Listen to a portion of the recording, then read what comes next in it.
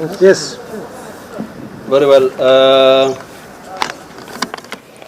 Ladies and gentlemen, this is a statement by leadership from the Pokot community on the security situation and humanitarian situation in Kapedo and Suguta Valley region.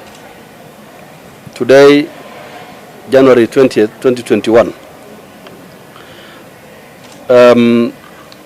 It is imperative to a brief historical background on the situation in Kapedo Suguta Valley is important in order to understand the current security situation. The situation in Kapedo is as old as one can ever imagine.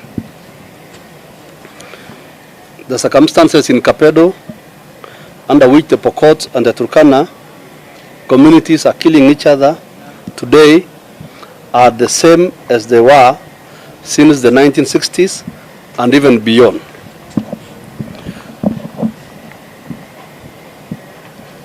The response by the national government from then up to now has always been the same. There has been massive security deployment and several so-called operations conducted. People have been arrested, some have been killed or detained, thousands of livestock killed, and some have been ferried away. But the problem has remained the same to date, and there is no end in sight. As we speak to you this evening, the government is applying the same measures that it has done before. We want to take this moment to pass our very sincere messages of condolences to those who have lost their loved ones in the ongoing fighting in the area, and wish quick recovery to those who have been injured. We condemn in the strongest terms possible the lawlessness and mayhem going on in Kapedo, including the taking away of lives of both civilians and security officers. These extrajudicial killings going on must stop. We appeal for restraint, sanity, and dialogue in Kapedo. Without that, we will only see more mayhem. And we are here to remind the national government that no sane person or institution approaches the same situation in the same way every year for decades and expects different results. We have a very old problem in Kapedo and the surrounding regions. We need a very new approach if the problem is to be resolved. The time has come for the government to change tact in dealing with the problems in Baringo and Turkana. The time has come for the government to stop securitizing the problems in Kapedo and adopt a different approach. The current flare-ups in the area is not the first. Unless the government changes tact, it will not be the last. The chest thumping will not work. The show of might will not work. The government needs to realize that it is dealing with the people who believe that they have been denied opportunities for their entire life of the nation, and that the future will not be any better than the present, and that they are on their own against the government and the rest of Kenya. The government of Kenya needs to realize also that it is dealing with a population that will not be beaten into submission because they believe that they have nothing to lose. To find a lasting solution to the problem in the area, we need to undertake the following measures, among others. Number one, the government needs to solve the boundary dispute between Baringo and Turkana counties with regard to where Kapedo really belongs, once and for all. In the last session of Parliament, the Senate went on a fact-finding mission on this boundary dispute. The report of that Senate committee has not been made public nor acted upon. I must add that the leader of that delegation was Senator Yusuf Haji, who is also a former long-serving Provincial Commissioner of Rift Valley, and he has all the historical knowledge of Kapedo, from when Kapedo was in Baringo until it was when it was transferred to Turkana County. Allegedly transferred to Turkana County. A few years ago, once more, some private citizens went to court to seek clarification on where Kapedo belongs. Like the Senate findings, the determination of the court has not been implemented, despite that determination saying clearly that Kapedo lies in Baringo County. Away from the boundary issues, Kapedo and the surrounding regions are crying for massive economic Marshall Plan. I want you to underline this, massive economic Marshall Plan. The government must invest in the social and economic welfare of the residents of the region.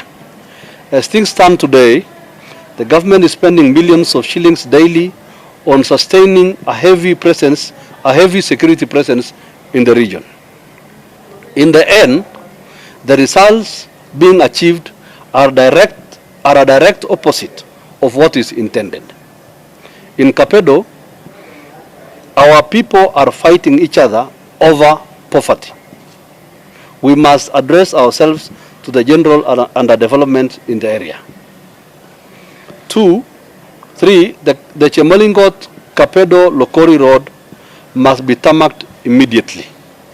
We need roads, we need other feeder roads in the entire Suguta Valley as a matter of urgency. 4, we need to see pandams all over the place to help the populations to spread and to ease tension over water resources for their livestock. Number 5, the security camps need to be spread across Suguta Valley and not concentrated in Kapedo, as is the case today. In the present arrangement, the people of Kapedo feel targeted and victimized. That impression does nothing to help the situation. The government must be seen to be leading in putting off the fire, not fueling the flames. Unfortunately, we fear that the government is currently adding fuel to an old and raging fire that will end up consuming all parties. Kapedo and its, number 6, Kapedo and its surroundings need a massive investment in education and other social welfare programs on a priority basis. Finally, in the BBI negotiations, we had wanted Tiatty constituency, where Kapedo falls, to be made a special county, just like Lamu, to enable the area deal with its unique challenges. Although that never came to pass, there is still room for the government to be part of the solution and not part of the problem. And time is not on our side. This is a statement by me, Honorable Kamket here, Samuel Pogisho, Honorable Moroto, and Honorable Catherine Mukenyang, Speaker, County Assembly of West Pokot. I will allow my colleagues to say one or two.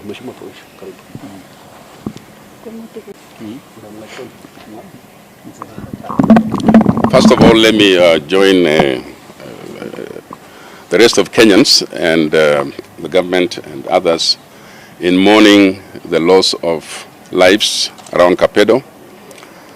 We lost some senior government officials, some GSU official, and others, including the man and his family who were killed that day, just tending their own normal work, and many others, including yesterday's 6 others. But apart from that, I just want to put this Kapedo thing into a context that should bring Kenyans together and not to divide Kenyans. Kapedo that area has been neglected for long, and the people who live around there on both sides of this boundary really are people who have left us all wondering whether they understand where Kenya is going or what's going on in Kenya, because of what every time we report about Kapedo, we are reporting negative things. You cannot continue having part of our country that bears that kind of name and for which we speak very badly every year. And so it's unfortunate what has happened, but must we not come together and find a solution that does not cause any more death, any more injuries? Because I understand, those of us who have been in that area, we understand there is a tussle between 2 communities. So the solution is not to deal with one community. The solution is to bring these 2 communities together and find a lasting solution. The solution is not necessarily in trying to punish that community because of the mistakes of a few. You see, when you take a military operation, you're actually targeting a larger community, and yet the people you should be finding are actually very few. So I'm just asking that in this moment, and I'm asking those who are there for the operation, that we would like an operation which has a human face, not an operation where the weak and the old and the very young become victims. We also know that in this situation, many times the chiefs will be targeted, the teachers who are there will be targeted, the professions will be targeted. And I think that that's not right, because these are the people who should help us. They are not the part of the problem. The leadership on the ground level are not necessarily part of the problem. And so let us, I think, as we have said in this statement, restraint is very important. Restraint is very important. And for the rest of us, let us also work on human rights. By the way, even the very bad people also are protected by the law. Even if we say that whole population is bad, should we then allow them to be run over? We have no right at all to even think anything close to that. We take care of people as a country. They are citizens of this country. And so I want to ask, the other question is, the leadership from the Turkana community were in Kapedo several days before this happened. Because they should have actually invited the leadership from the Pokot side at the same time, so that we would be in Kapedo together and solve this problem. Because what happened when 200 goats of the Pokot were taken into Kapedo, stolen and taken into Kapedo the day before, and subsequent events,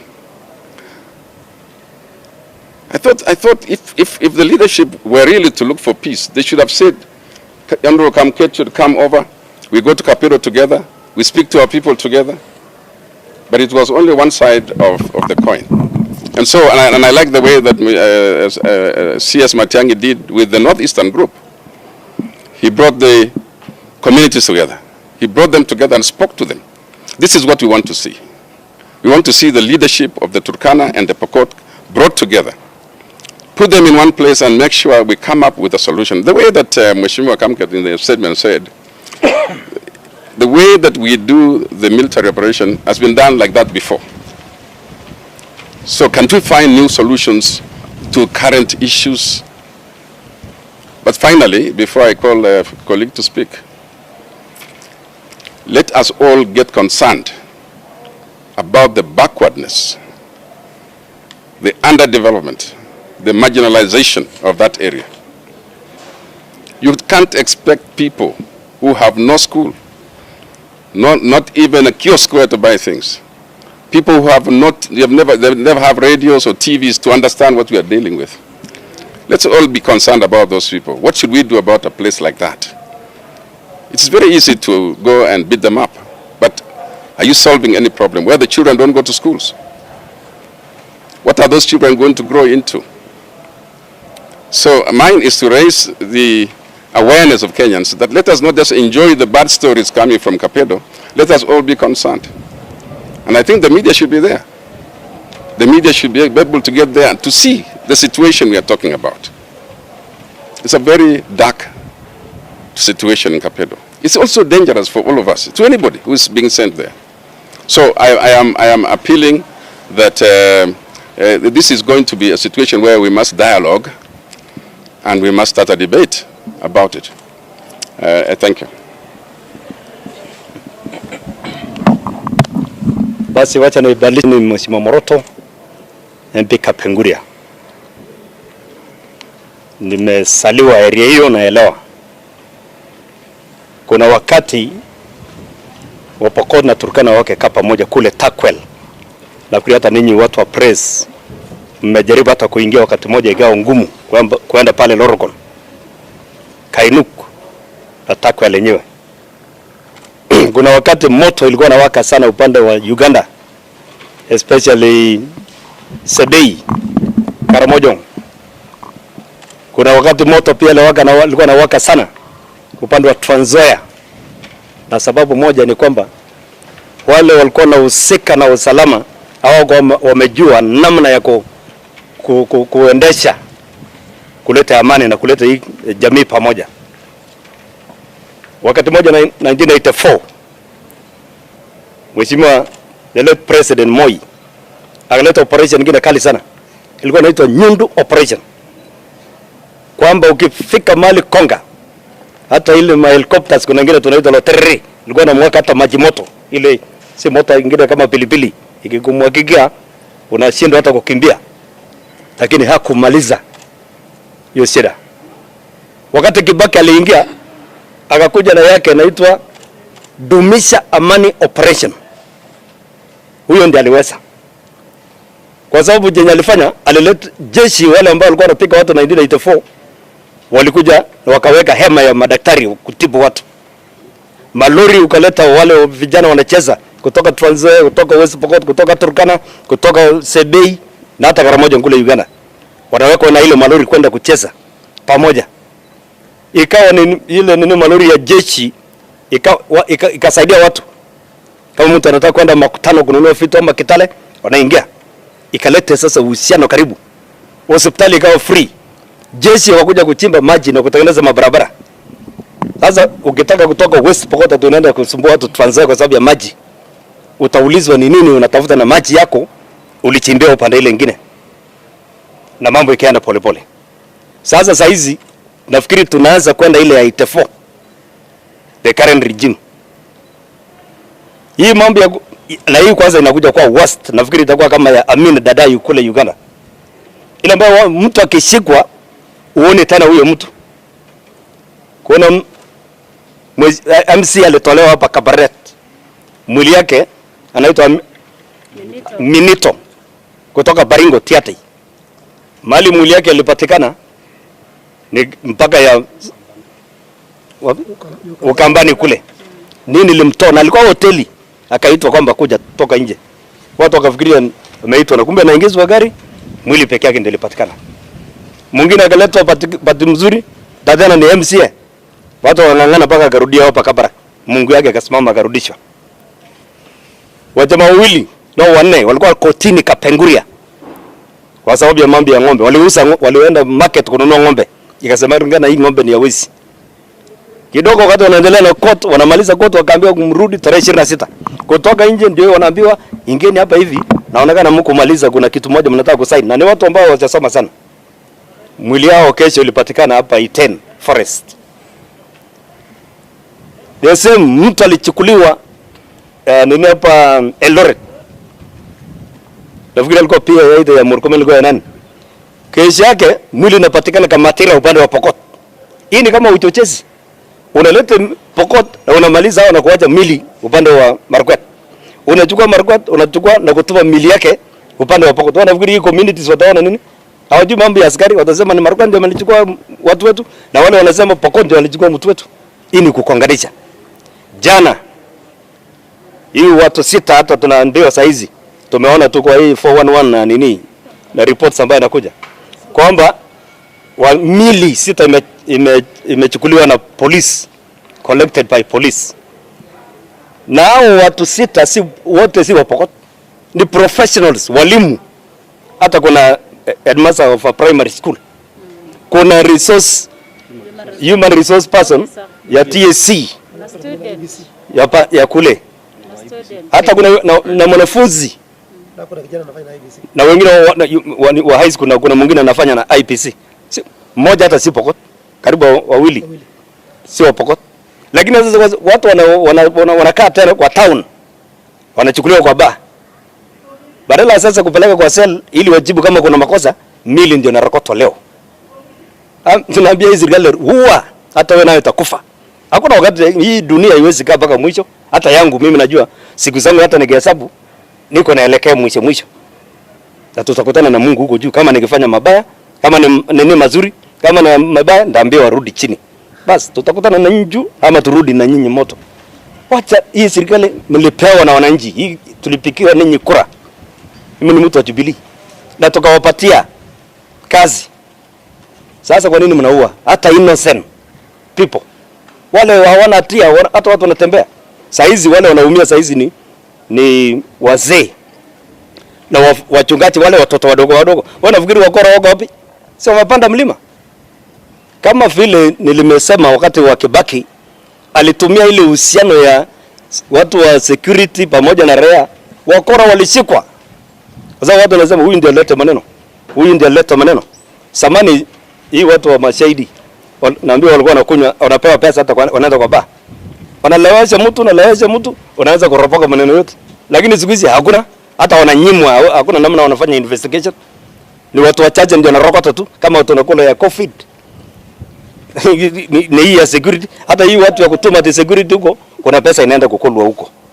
Mimi nazungumza kwa sababu this is my government. Mimi nilicampaign for na hata mimi nikachakuliwa ndani. Watu kwa sababu watu walikuwa na imani.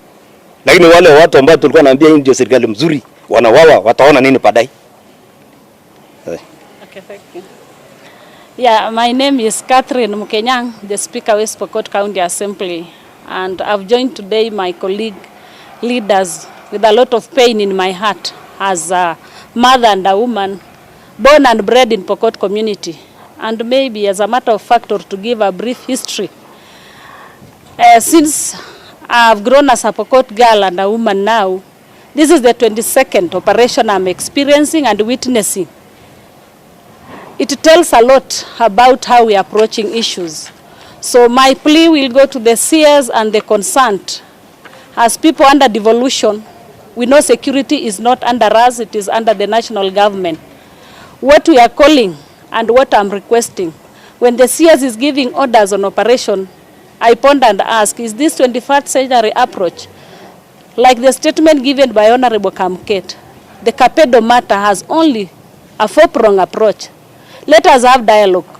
Let us address the root cause. Why are these communities, why are these people fighting? First of all, it is the resources. Secondly, it is the marginalization. And thirdly, the approach the government is using. Like the 6 people who were picked at Chemolingot Center yesterday. These are youngsters, they are professionals, they were from office, they are just resting in a pub somewhere. Then a government vehicle picks youngsters. Then you are reported as a parent that your son is no more. And we want us to trust that the government is protecting us. Mine is a question, is this government there to protect us or it is killing us? And this community around Kapedo and its environments is a neglected community by all regiments of government. It is high time I call upon the government of the day. Let us change tack. Let us address the root cause of the issue. It is not hard to make a decision that Kapedo lies in Baringo. And for those of us who grew in that environment, the history of Kapedo is with all of us, and the church, especially the Full Gospel Church, is the church that started that center as a missionary center, and it was being manned under Baringo County. So let Natembeya and the team, let us give the high-level government the real facts on the ground. Secondly, the MPs that camped in Kapedo for over 5 days, and they were calling that they are under siege. Kapedo towards Turkana side, driving to Lomelo and Lokori, was open. So we wonder whether that siege was manufactured or it was real. So I'll also presume that they were inciting the community.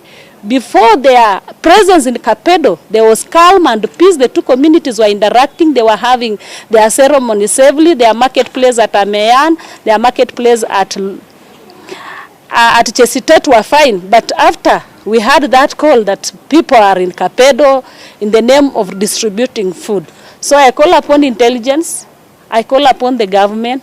It is high time we as Pokot community, we need the Kapedo and the Suguta Valley matter be settled once and for all.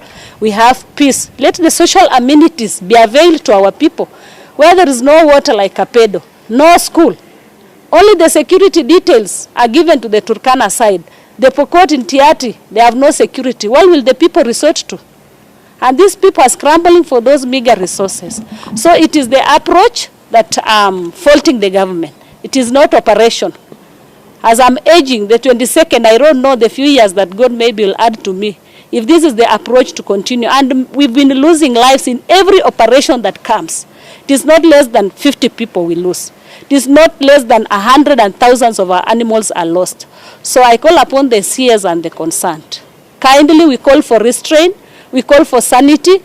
Let us have a human heart. Those are human beings too, and they have a right, as indicated and said by my colleagues who have spoken. It is really paining as a woman that we are not sure of the lives of our youth, even children who are going to school, even our market, the shopkeepers. We do not know what will happen tonight, because these army officers or the GSU officers, they go to the field, but at night they come and cause mayhem in the houses. The women are raped, the children are killed. So it is not a normal operation. So we call for restraint. Let us have dialogue. Let us have the two communities. Let the bandits be sorted soberly. It is not everyone in Kapedo who is a bandit. And I think it is high time for the government. All the government machineries are there. We can use our normal or the technology of this day to trace the bandits. We cannot show might and pretend that we are solving the problem. Furthermore, the people living in Kapedo and its environments, they have not even a house. They just live in open spaces under a tree. And tomorrow they are moving to another village where they're in search of water and pasture. So if you are bringing armored vehicles to kill those innocent people, there is no dispensary. So kindly, we plea and we regret the action. So the lost lives, be it for civilians or for security officers, we regret, but we are calling for sanity and restraint and dialogue. Thank you. I want to appeal. Sorry, I want to say, sorry, I know your hands are tired. To His Excellency the President of the Republic of Kenya, Mheshimiwa Uhuru Kenyatta, to consider de-escalating, asking his minister to de-escalate the operation, because it can only get worse. The situation in Tiatty now is so bad, and I'm sure they are not fully briefed on what the police officers on the ground are doing. As we speak now, after Loruk, at the boundary between Baringo North and Tiatty, police officers have erected a roadblock. All vehicles going to Tiatty are turned back. If you are lucky to be allowed to go in there, there is a lot of search, and then you're told to pay a bribe before you're allowed to go, no matter who you are. Secondly, there's a lot of mayhem now and pandemonium in the entire Tiatty. Chemolingot town, which is normally the fastest growing town in Baringo now, is now a ghost town. People have moved away to other places. And schools in the entire region are now closed. People have withdrawn their children from school. And it's a very sorry situation obtaining in that part of the world.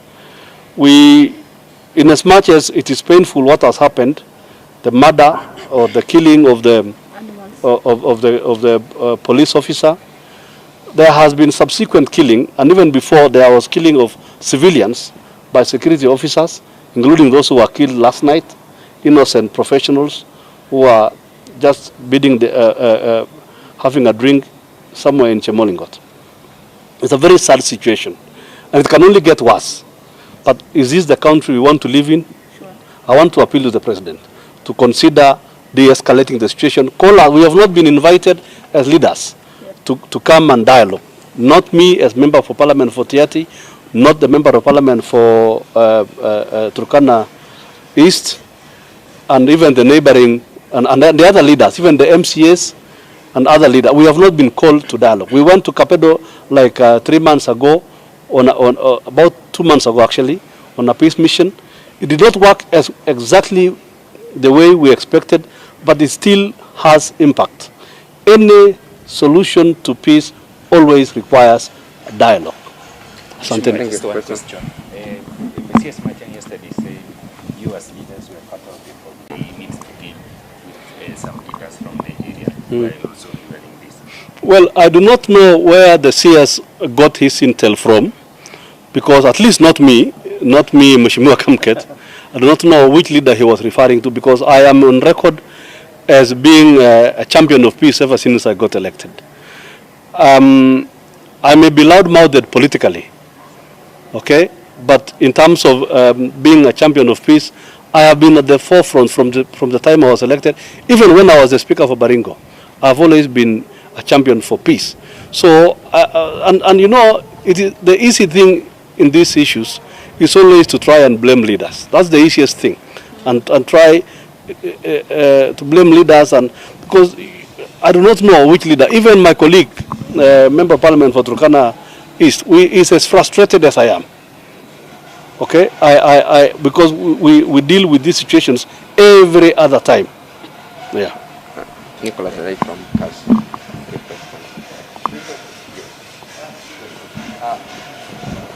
Your record previously warned that Kapedo is in Baringo, and from the events that have just occurred, what has resulted today? How would you respond to that? Then the second question is, you are in government, you, especially now the statement you're giving with the leader of majority here, and you being a member of committee, crucial committee for that matter. Now you are addressing the same government that you are saying you are in, and you are saying they have not invited you to dialogue. Yet the government machinery is already on the ground. Don't you see this matter